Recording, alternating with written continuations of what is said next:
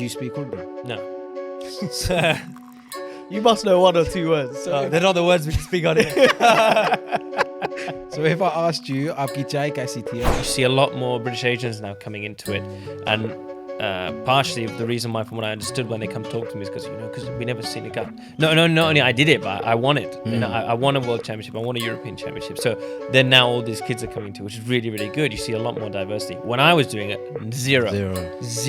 And you haven't experienced like any negativity or any racism in your career path at this age, have you? Yeah, like the Bin Laden joke. But I mean, it never bothered me. I mean, I don't really care. I actually like it. But I feel like when we're I actually like it. Bin Laden of racing. if I had to put you on the spot and make you choose between representing Britain or Pakistan, and you only got to choose one, what would you choose?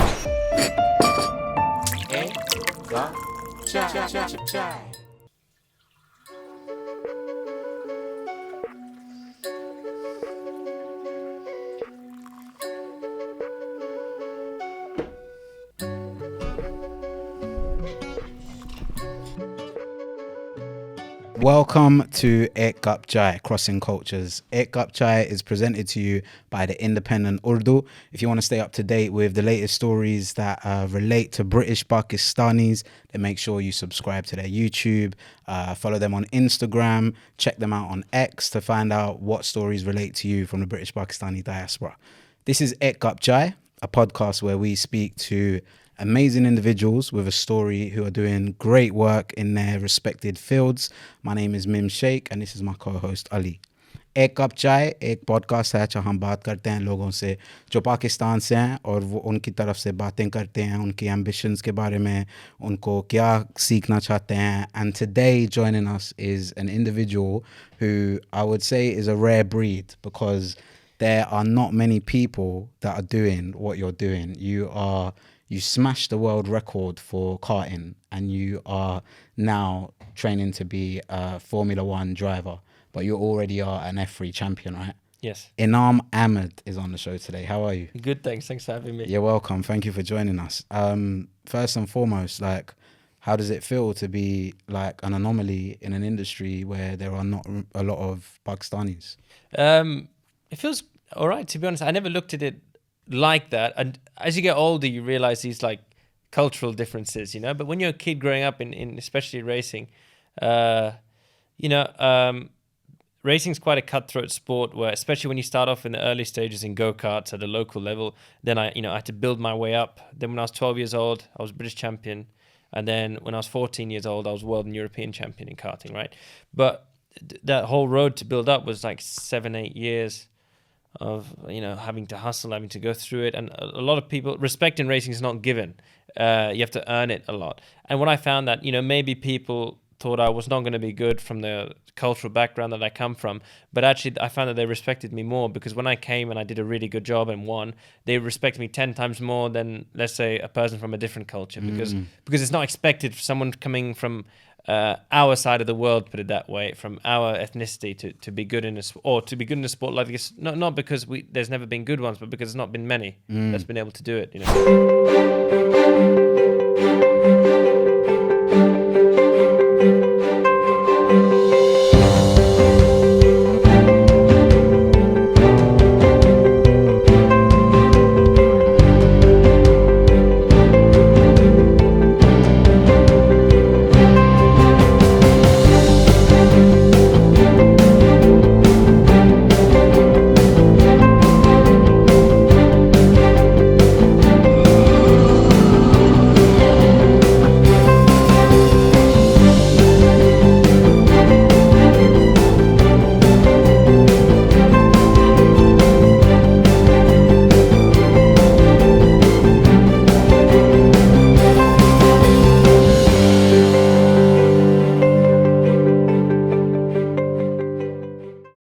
How did you go about like getting into it? Like, did you have like family support, or was you like super just, this is what I want to do and I'm going for it? No, my parents don't know anything about racing. They're not sporty people at all, actually. No, not at all. So I was against the grain from that point of view, because they were very much, both my parents didn't really go to school, actually. So they really wanted me to like go to university, everything, because I never did that. Yeah. But yeah, I think they were a bit upset with me when I decided I didn't want want to do that. You know what I mean? But my sisters are going to be going to university, inshallah. So that's all good. They've taken the reins from that point of view. But no, I mean, I had to prove myself to my dad that I was good enough. And then when I was winning at a local level, then he let me, and my mum then let me pursue it. Initially, they didn't let me want to do it. I was lucky that I came from a family that was able to afford me starting it in the first place, because racing does cost money. You know, I was going to say it's quite yeah. they say the reputation of it is quite like a middle class sport for people to get into, just because it's expensive. More, I'd say. You know, you need to. You know, it's a very anomaly. The only anomaly is that it's an upper class sport, to be honest, right? And that's why also I haven't been able to go where I've wanted to go, because there's a lot of funding required. For example, like the only anomalies are guys like Hamilton and things like that, people like that, Schumacher as well, that came from humble beginnings, but they made it work. There are opportunities, but psychologically you just can't give up, and you have to always be positive and open-minded and always deliver when it's your time to deliver. You know what I mean? Before that, how did it even come about though? You said your parents weren't into like any sports, like you being so young. How did it catch your eye for you wanted to get into it in the first place? When Hamilton won 2008 World Championship. Really? That's what it was. Is that the turning point? Yeah. I think what it was, I didn't know anything about Formula One before that. Nothing. And then I think it caught even my mum's attention, because seeing, I didn't realize it at the time, but why she was talking about it a lot. But now I realize as I'm older, seeing a colored guy win, like in a sport like that, I didn't realize how big of a deal it was. Like, So, okay, talk to me about that, because did that have a profound impact on you because of the color of Lewis Hamilton's skin? Yeah. So if that was Michael Schumacher, for example, No, I wouldn't have watched it. why is that? Because there was, not because I was turning it on, because it was, I think it got my parents' attention. Okay. Which then subsequently got my attention. Does that make sense? So my parents were like, oh, look at this kid. He's come into Formula One. He's winning, and he's about to win the World Championship. Then I started following it. And then, you know, if he never came in, my parents would have never, you know, seen it. I think everyone in that time, when he was going for his first world title, was quite a lot of hype back in 2008 when he won it. Yeah, I think what you're saying is it's a key thing, because when you are a young person of color and you're impressionable, seeing somebody who is either the same complexion as you or a similar complexion, for me, it's had an impact on me growing up so much. I've always looked at people from the black community who have gone onto TV and stuff, and people who are Asian as well. So that would have the same, you now doing it and you beating records is going to have that same effect on, say, the next you. Yeah, when, there has when, been, when the cycle continues, right? There's been a lot more Asians now starting in racing. Really? Because within the racing community, you know, especially in British karting and in early stages of racing, because the highest thing you can win actually at a national level, that's the only thing higher as Formula One in the UK is probably British Formula 3. Like, it's very prestigious. Like Senna, a lot of very good drivers came from it. You know, it's a very prestigious championship. So when I won that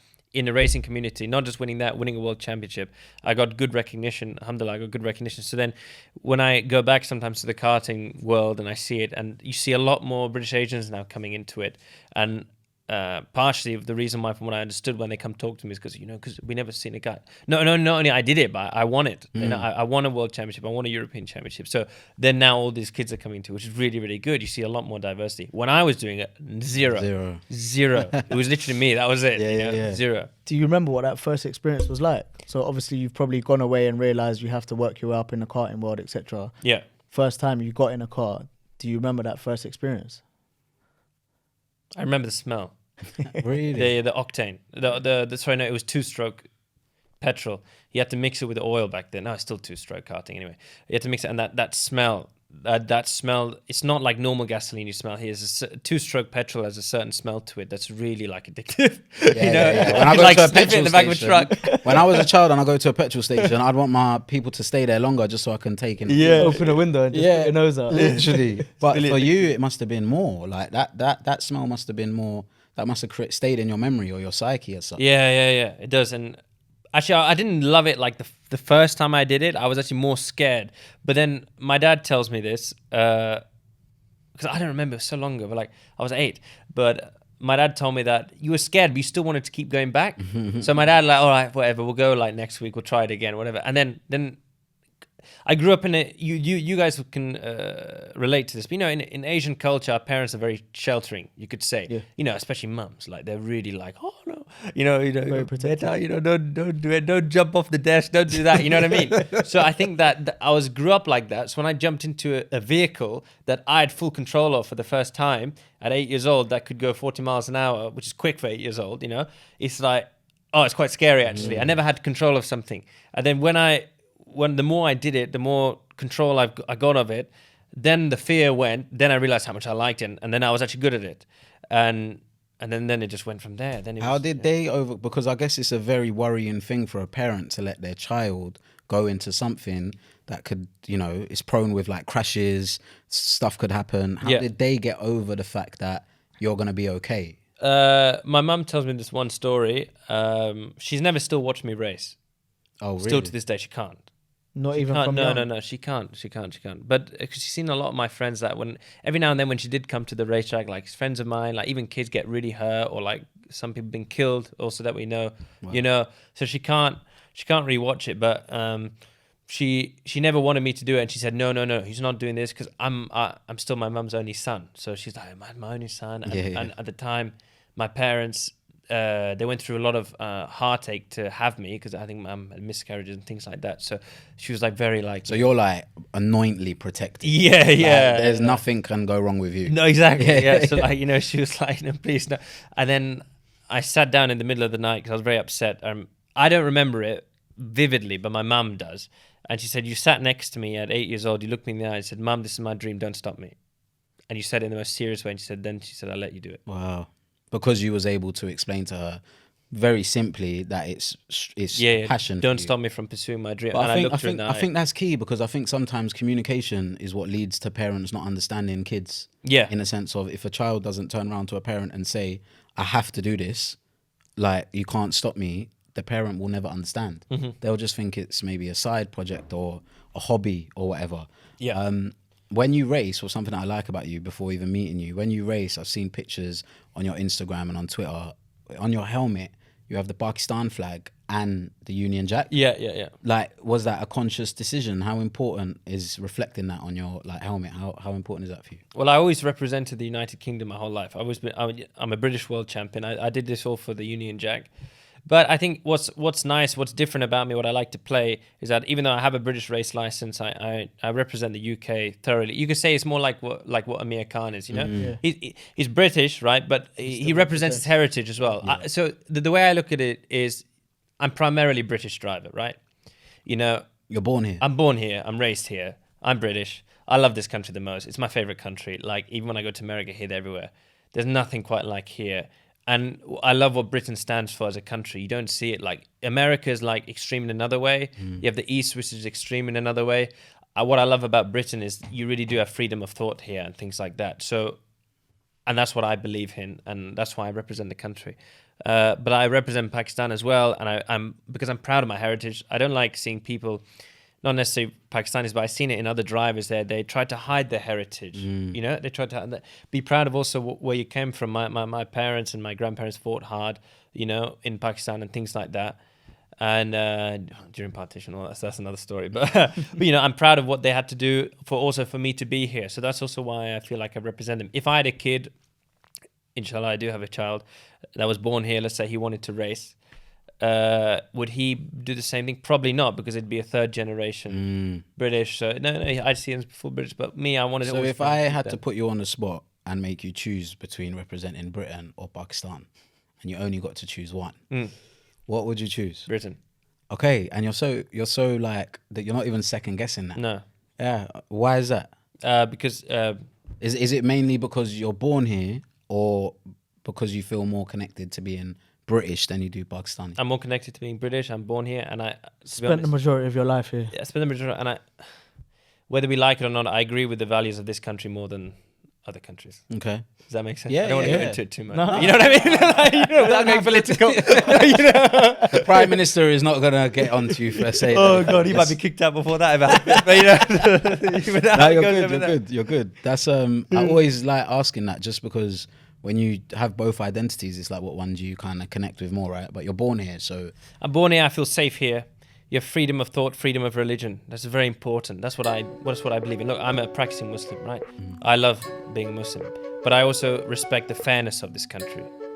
Sometimes people take for granted actually how good it is here. Like, if everything falls to hell in your life, you still have the NHS, you still have welfare. Government system. The government's there to help you. It's not like that in America, for example. America, I was shocked how much poverty there is. Like, you know, in Indiana, sometimes when I go around and you see some of the smaller towns, like the government's not going to help you. Like if you're struggling, like you're You're on your own. you're on your own. That's Yeah. it. yeah. Which is why a lot of people come over to the UK Yeah. to be assisted by such an amazing infrastructure and ecosystem that we live in. And look how the demographics changing with the politics. It's all run by South Asians now. Yeah, well, Scotland here, everywhere. Yeah, you yeah, know, it's true. basically.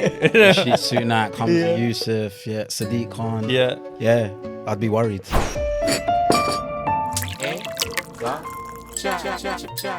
Alhamdulillah, I'm very lucky. I have very good sponsors. A lot of my sponsors now coming from America. Actually, that's one thing I like about America. You could say it's really an entrepreneurial country. They respect the entrepreneur and the immigrant. Like that's what I am. I'm an immigrant. Like when I'm there, you know. When you're over there, Yeah, you know. I won 5 championships in 1 year, and that was no one's ever done that. That was I in won karting? In karting, I won a world championship, European championship. I won both WSK championships. Call me whatever you want. I really don't care. It made me the driver I am today. I'm not the kind of person that whinges. So rather than whinge about it, just do it. And I think also that's what made Hamilton the driver he is. Because like, you know, Lewis kept quiet, used it. And that's why he was such a ruthless killer on the track. Like, he's just so on it all the time. Just touching on that, you said that he got you into racing pretty Yeah. much. Have you ever met him or watched him race live?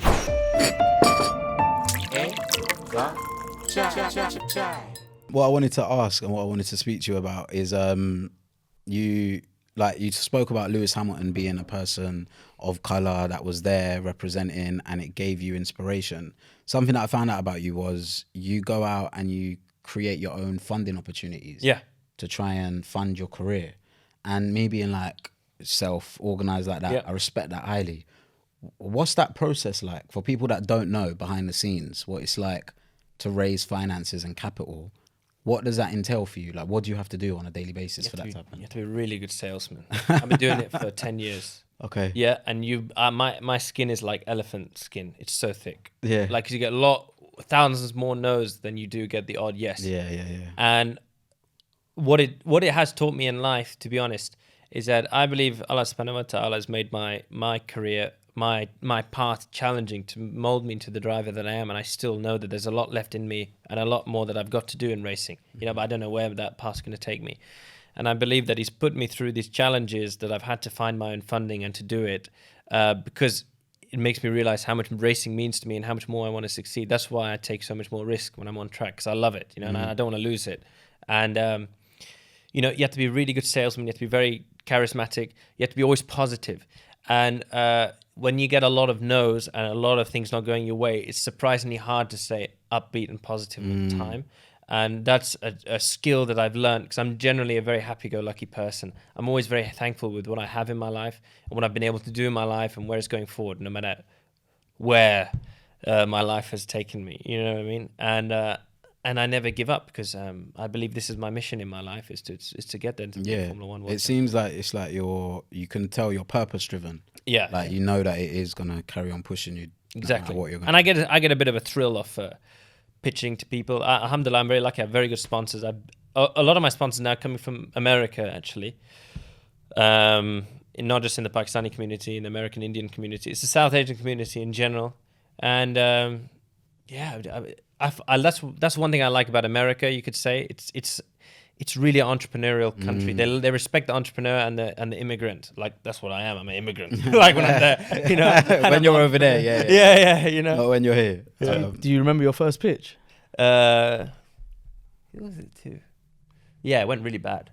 That's your first one. You're gonna learn from who that. was it to? Oh, I know who it was to, but I can't say it. So I know who it was to.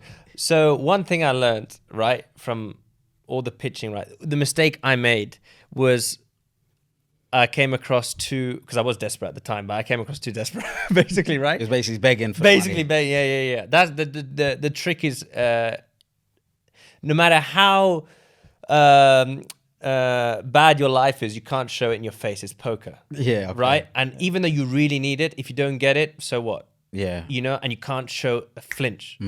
And that's what I became really good at. No one knows where I'm at in my life, and they don't know whether I'm sky high or rock bottom. You guys will never know either, because I never show it. But like, that's the trick. you got to stay cool under pressure. At what point did you learn that though? Like how far along your pitch journey? When it kept going wrong. When I go, no. And I was thinking about what the hell am I doing wrong? Like, you know what I mean? And then I realized, no, you got to sell them the dream. You got to sell them the dream. And then at the end of the day, it's their choice whether they want to invest into me. And if they want to risk it, they know what the risks involved. But there's a lot of reward too. And, you're on Prime TV, 60 million average viewers, all the races on Sky Sports F1 here in the UK, all on NBC, Peacock TV in America, and now racing is probably one of the biggest sports in the world now because of Drive to Survive and F1. It's got really big. So, you know what I mean? It's just like, you got to learn how to get charisma. And also I learned that from traveling and I used to love making friends with people. So I just used to go up, especially in America, I just used to go up to people, talk to them randomly. And like half of my sponsors I met by accident, like either in like a top restaurant in Miami or, in LA.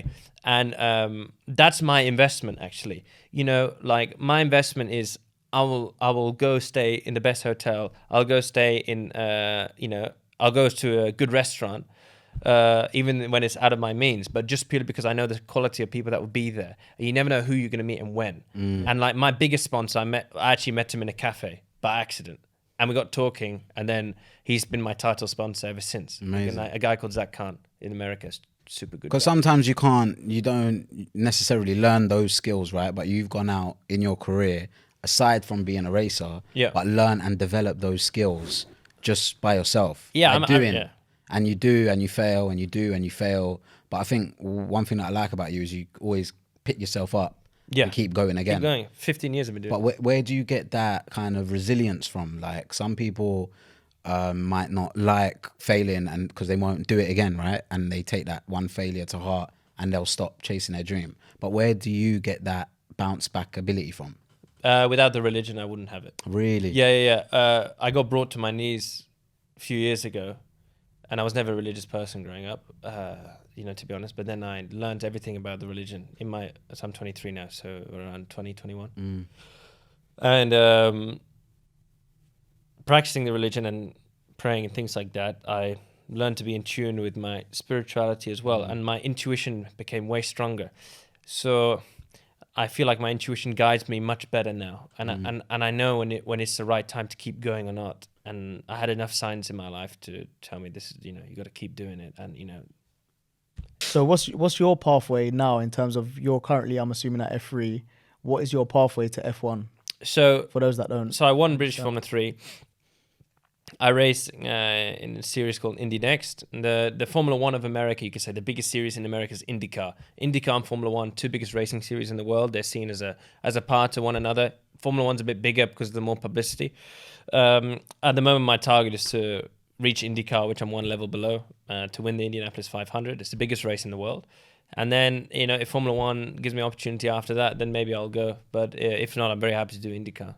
So when can we come to support you at a race? Whenever you want next year. I'll get you guys passes. I'm not even joking. No, okay. So I'll send you guys a calendar. We'll do it. No, I've never been F1 before. Or whatever. Yeah. Come. We need to go there and we have to support you. I'll send you the calendar. I'll get you guys pit passes. Come. 100%. Without a shadow of a doubt, I'm coming to that. Yeah. Just pick whichever one you want. I love doing this show because I get to do things that I've not done for the first time. I've never been to a cricket game before. I haven't either.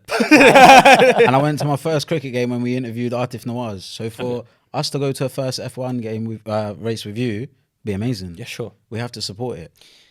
You've beaten Lewis Hamilton and Max Verstappen's records, right? Something like that. I read it somewhere, and I won 5 championships in 1 year, and no one's ever done that. That was in karting. In karting, I won a world championship, European championship. I won both WSK championships, which are basically now Italian championship. WSK is still one of the biggest karting championships in the world. Like everyone did it. Like it's really big. It's mainly like a rite of passage. Yeah. You have to kind of do that. You have to do it, yeah. And then I also won the Winter Cup, and what else? I forgot. Yeah, but yeah, it was 5 in 1 year. Wow. If there were like young Pakistani aspiring drivers listening, that want to do exactly what you're doing, like what would you say to them? Like what would be your message to them in a way? Take a risk, come to race in England or Europe, leave everything behind and do it. That's quite hard for someone to do though. Yeah, that's what I had to do. That's why there's no remorse. There's no remorse. I mean, it's not just me, like thousands of kids did it. thousands of kids failed as well. Yeah.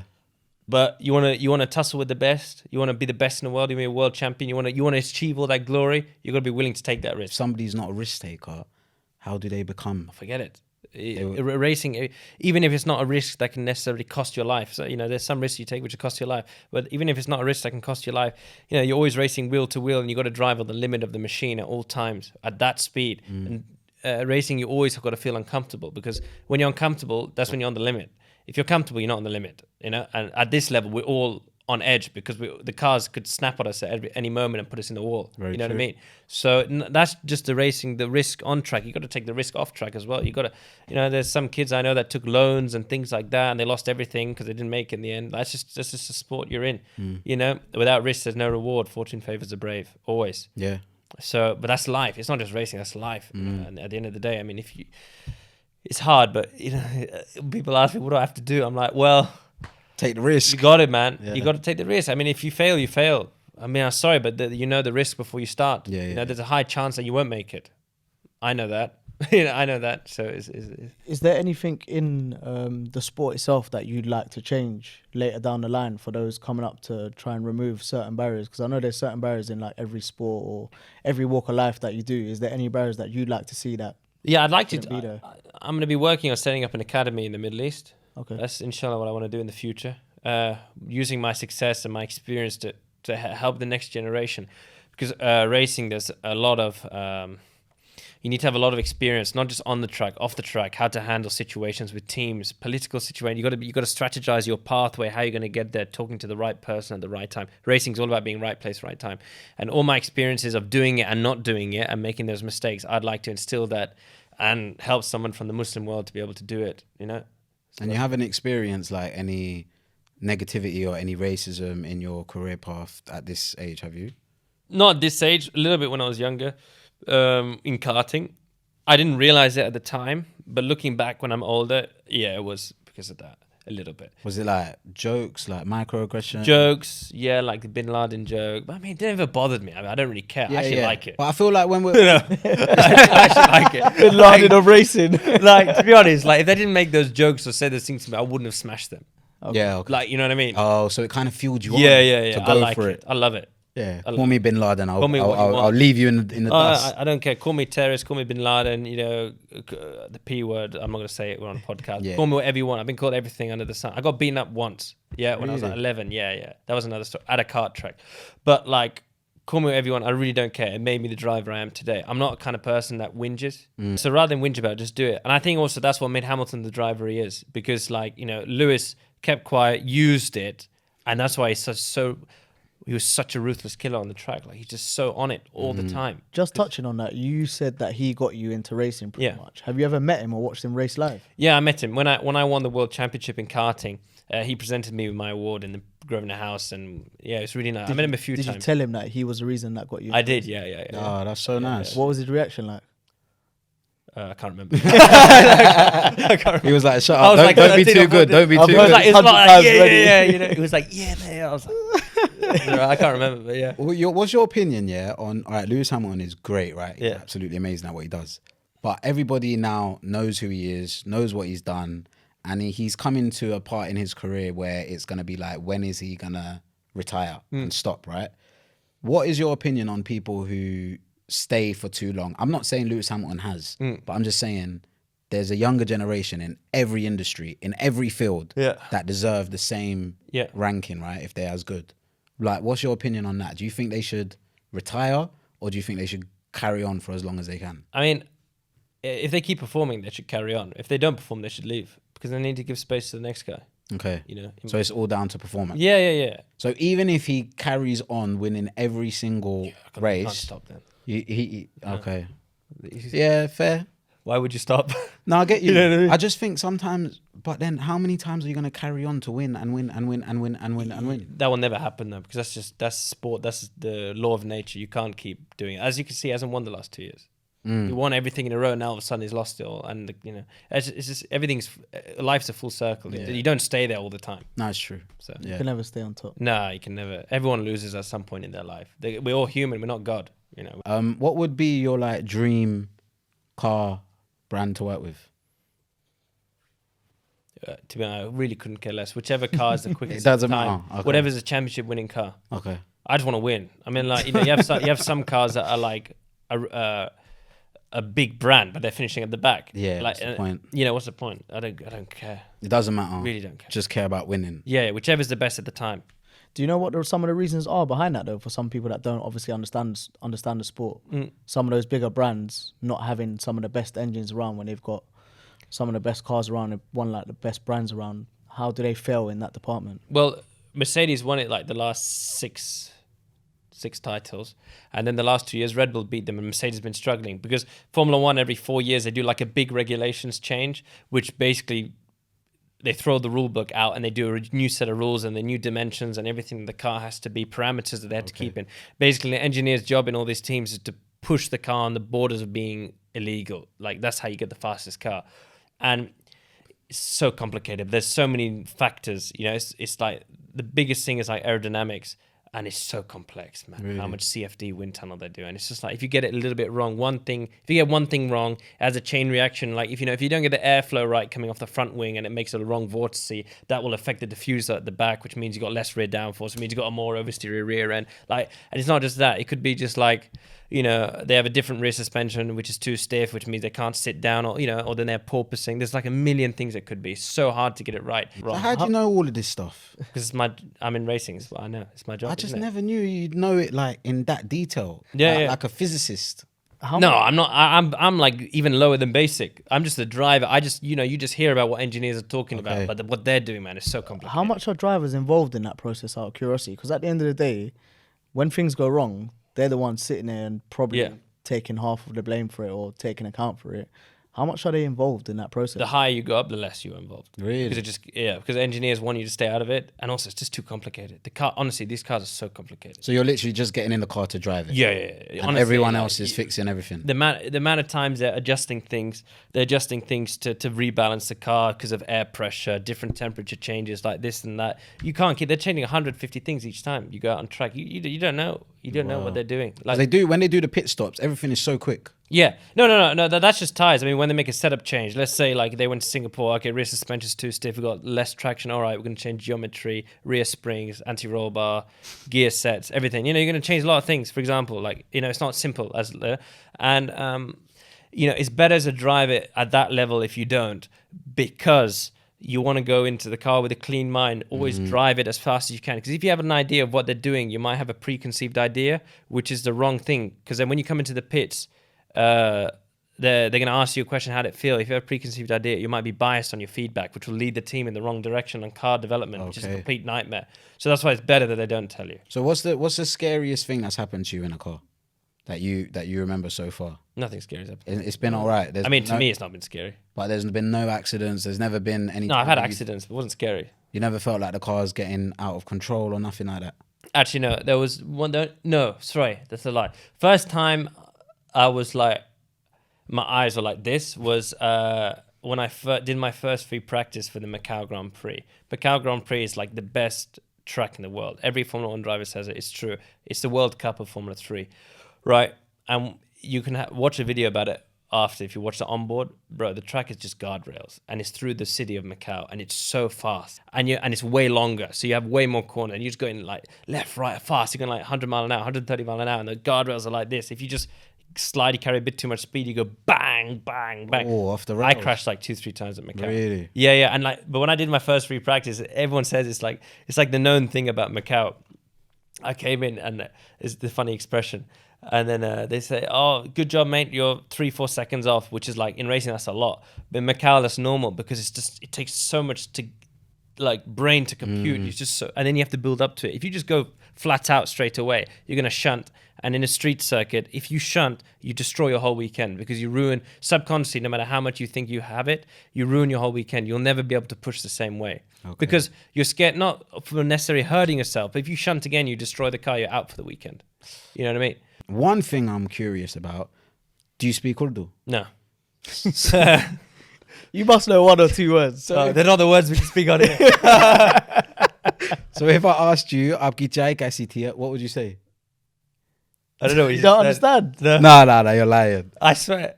आपकी चाय कैसी थी जो You're asking how was the tea? You do you know. go. There you go. You do know. You're lying. I want to see what people say about me. Behind my back. I know. I think you understand it, but you might not be able to talk it as No. much. Is that something that you'd want to do? Not really. What, you don't care about speaking a native language at No. all? How come? Because I was born in Britain, man. Like, you know, I just Yeah, I did my yeah, jobs and I don't really It's fair. don't really care. I'm saying in return for the tickets that we get to watch F1, I can teach you some Urdu words, Yeah, sure, okay, you can do that. but not bad ones. No, yeah, no. Good sentences. good words. Positive sentences. Nah, thank you so much for joining us on the show. It's been a real pleasure. Yeah, you've been tuned into Ek Cup Chai Crossing Cultures. This has been Enaam Ahmed, and keep it locked. We'll be back next week.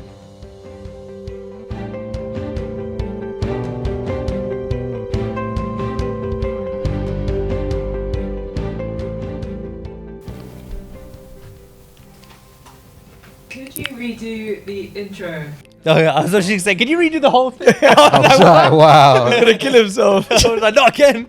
Nah, that's the third time you would have done it, bro. The intro, yeah, no problem. Did we not? But did we get the pouring? Yeah. We got the pouring, but just the camera bit. Yeah. Chai.